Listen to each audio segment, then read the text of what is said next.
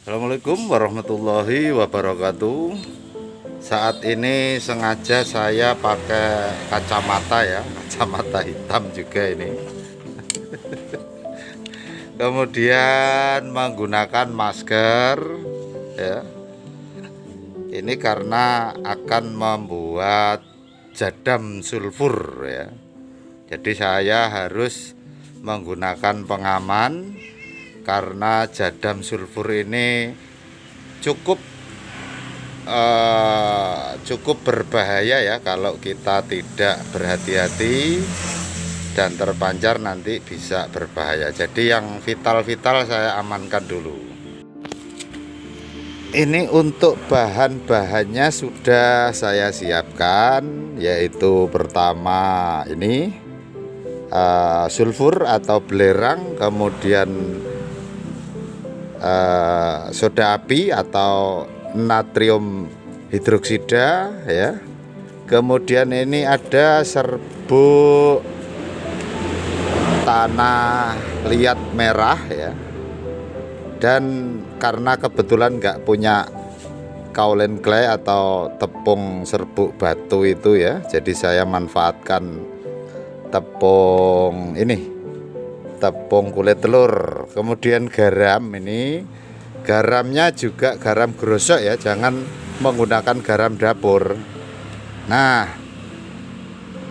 kemudian pelarutnya, ini pelarut yang pertama saya siapkan agak sedikit mepet ke ember plastik ini. Memang saya sengaja saya bagi menjadi dua karena memang yang pertama kita gunakan air kurang lebih sekitar 500 ml air pertama, kemudian air kedua 320 ml. Nah, untuk belerangnya ini saya siapkan 250 gram. Kemudian untuk soda api atau natrium hidroksida ini saya sediakan 200 gram. Nah, untuk serbuk tanah merah atau serbuk tanah liat merah itu 1 sendok makan. Kemudian kaolin claynya karena tidak ada, saya ganti dengan tepung cangkang telur 1 sendok makan. Kemudian untuk garamnya 1 sendok makan lebih dikit tadi ya. Ini langsung saja kita mulai. Satu lagi ada yang kelupaan ini tadi ya, kayu pengaduk ya. Ini pengaduknya kita harus menggunakan bahan kayu ya, jangan menggunakan bahan dari logam atau menggunakan bahan dari plastik ya. Kita gunakan saja kayu yang cukup kuat ya. Usahakan bukan kayu baru, jadi kayu yang sudah cukup lama digergaji ya, cukup lama, mungkin sudah lebih dari 6 bulan lah tergeletak atau gimana. Kita cari kayu yang seperti itu. Oke, sekarang kita masukin bahan-bahannya. Pertama kita masukin dulu belerangnya ya. Kita lanjutkan dengan ini dulu, jangan soda apinya jangan dulu. Ini kita tata dulu ya, seperti ini. Kemudian kita masukkan ini serbuk serbuk tanah merah sama tepung kulit telur. Kemudian ini garam ini ini saya masukkan duluan juga. Terakhir ini adalah soda api. Nah, sebelum kita masukin pelarutnya yang berupa air ya, ini tangan saya habis kena soda apinya, ini harus segera dicuci. Langsung saya cuci karena kena soda api sedikit, langsung saya cuci supaya tidak terjadi pembakaran pada kulit. Nah, Setelah seperti ini kita perhatikan dulu ya. Dan kamera ini HP saya ini yang saya pakai untuk merekam akan saya taruh di tripod lebih dulu. Nah ini tripodnya sudah saya siapkan. Nanti kita zoom in saja supaya aman ya. Karena dalam proses pembuatan jadam yang satu ini, jadam sulfur ini ya, ini relatif berbahaya, jadi kita harus ekstra hati-hati. Nah sekarang kita masukkan ini, jangan lupa ini pengaduknya ya, kita masukkan perlahan-lahan ya, tapi kita harus bersiap langsung untuk mengaduk. Kita langsung aduk perlahan-lahan, jangan sampai terpancar ya, ini jangan sampai kecipratan kata orang Jawa. Ini kita aduk perlahan-lahan sampai rata ya. Terus kita aduk dulu. Nah ini sudah mulai keluar uapnya, mulai mendidih ya. Ini kalau sudah mulai mendidih seperti ini, kondisinya sangat berbahaya. Nah ini setelah mendidih, ini belum secara keseluruhan mendidih. Nanti kalau sudah keluar busanya, baru kita masukkan air kedua, tapi harus dengan hati-hati ya. Ini busanya sudah cukup banyak ya. Ini seperti ini, tidak terlalu sulit tapi berbahaya. Sebetulnya ini prosesnya tidak terlalu sulit ya. Nah ini mendidihnya sudah. Nah ini uapnya agak lumayan menyengat baunya ini. Walaupun saya sudah menggunakan masker ya, ini masih saja uapnya lumayan. Jadi kita membuatnya nggak boleh dalam ruangan. Kemudian kita juga harus hati-hati. Nah ini setelah mendidih baru kita masukin air yang kedua. Ini harus hati-hati ya, jangan sampai terpancar. Nah ini kita lihat ya, airnya sudah mulai menghitam, langsung menghitam setelah kita tambahkan air yang kedua, airnya langsung menghitam. Ini artinya apa? Artinya proses kimia pencampuran dari semua material yang kita campurkan tadi sudah benar. Ini tetap kita aduk terus dulu ya. Kita aduk dulu sampai selesai ya, sampai nanti benar-benar menghitamnya bagus dan beruapnya sudah menghilang. Jadi ini masih keluar nampak uapnya sedikit ya. Kita lanjutkan mengaduk, tapi hati-hati ya kawan ya. Untuk mengaduknya harus hati-hati. Nah kalau bisa diaduk searah. Tadi saya seringkali lupa ndak searah ini tadi. Tapi nanti kawan-kawan kalau mengaduk harus searah ya, supaya tidak terpercik ya. Jadi tidak, cairannya tidak melompat keluar, nanti bisa berbahaya kalau kena tubuh kita ya. Ini kebetulan saya mengambilnya dari jarak agak jauh. Nah ini pun ada sedikit uapnya yang mengarah ke saya, ini agak menyengat ya ini. Jadi kita harus terus aduk sampai benar-benar uapnya habis nanti. Pelan-pelan saja mengaduknya, kita nggak perlu terlalu kuat, nggak perlu terlalu cepet banget, nggak perlu pakai alat bantu yang lain, pakai ini aja, pakai kayu saja ini. Pelan-pelan, yang penting kita aduk terus ya, kita aduk terus. Nah kalau capek kita berhenti sebentar begini ya, kita hadang airnya ya, kita balik mengaduknya boleh. Nah ini kita aduk kebalikannya boleh, tapi terus dengan kebalikannya begini. Nah supaya apa? Supaya endapan-endapannya tadi bisa tercampur juga dengan sempurna kalau kita aduk terbalik dari yang awal tadi ya. Nah ini kita lihat, ini sudah hitam banget ya. Ini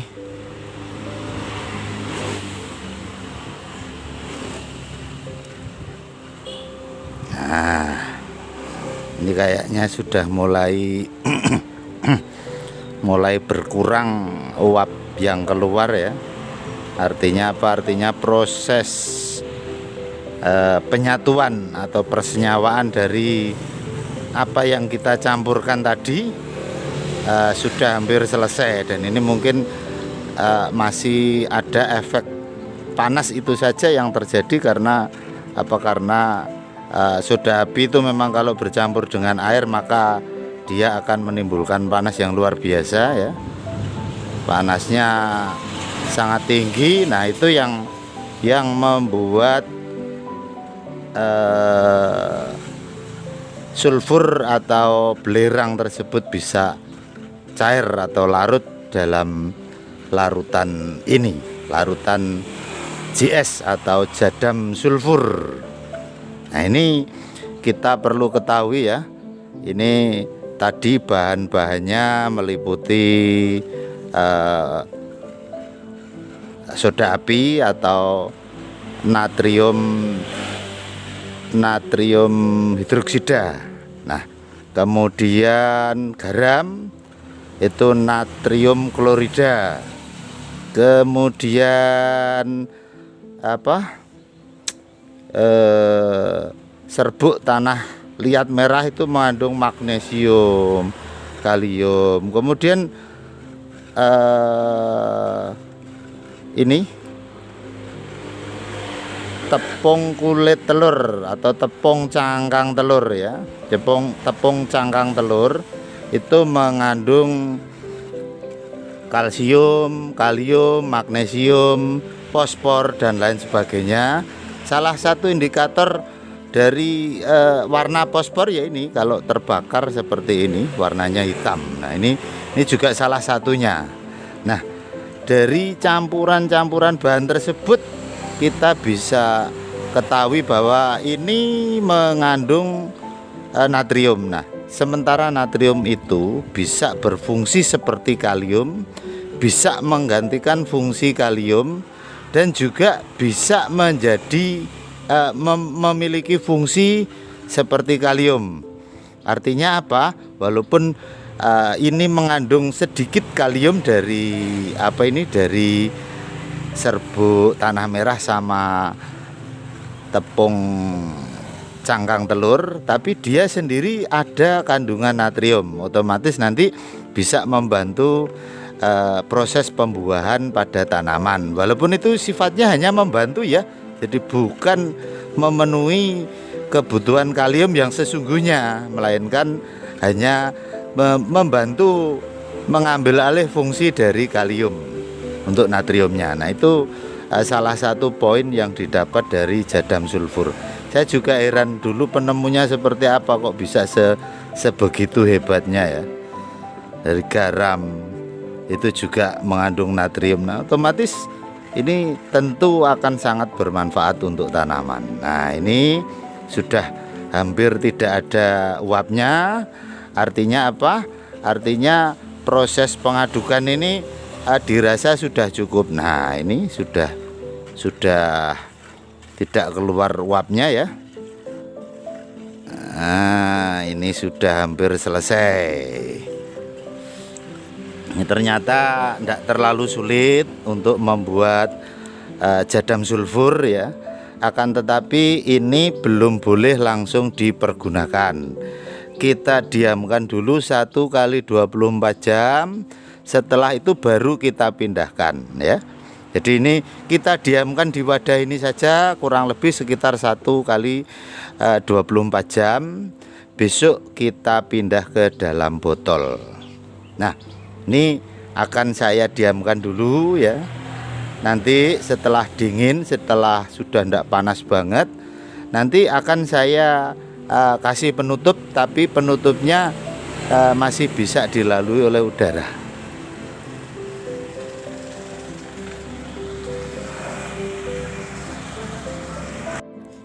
Ini tadi sudah saya pindahkan tapi tidak saya video pemindahannya ya, karena agak ribet. eh, dapatnya sebegini, kurang lebih 1 liter lah. Saat ini saatnya kita coba untuk aplikasikan. Nah, ini untuk cara penggunaannya, yaitu untuk 1 liter air itu kita menggunakan 2 sampai 5 ml. Akan tetapi karena saat ini saya baru mau mencoba, akan saya gunakan seencer mungkin, yaitu kurang lebih saya gunakan 2 ml untuk 1 liter air. Nah, ini kebetulan sprayer saya ini isinya 2,5 liter ya. Ini sudah saya isi dengan air 2,5 liter. Kemudian akan saya tambahkan 5 ml jadam sulfur ini. Ini akan saya tambahkan 5 ml ya. Ini biasanya kan 1 sendok makan itu perkiraan 5 ml. Jadi ini saya tambahkan dengan 5 ml, 1 sendok makan ya. Nih kecepit. Sebelum kita gunakan, kita pompa dulu ya. Kita kocok supaya merata. Nah, saatnya kita gunakan. Seperti ini cabai. Biasanya kan banyak kutunya ini. Ada kutu kebul, macam-macam kutu ini cabenya ini. Mudah-mudahan dengan ini bisa mengatasi bermacam-macam kutu, kemudian hama pengganggu tanaman yang lain. Dan ini ya, untuk jadam sulfur ini bisa berfungsi sebagai ini insektisida maupun sebagai fungisida. Jadi khusus untuk tanaman anggur ya, untuk tanaman anggur ini sangat efektif. Saya menyarankan untuk menggunakan jadam sulfur karena sangat efektif untuk membasmi jamur, khusus untuk anggur ya. Oke, saya rasa cukup share saya hari ini. Mudah-mudahan membawa manfaat. Akhirul kalam, wassalam warahmatullahi wabarakatuh.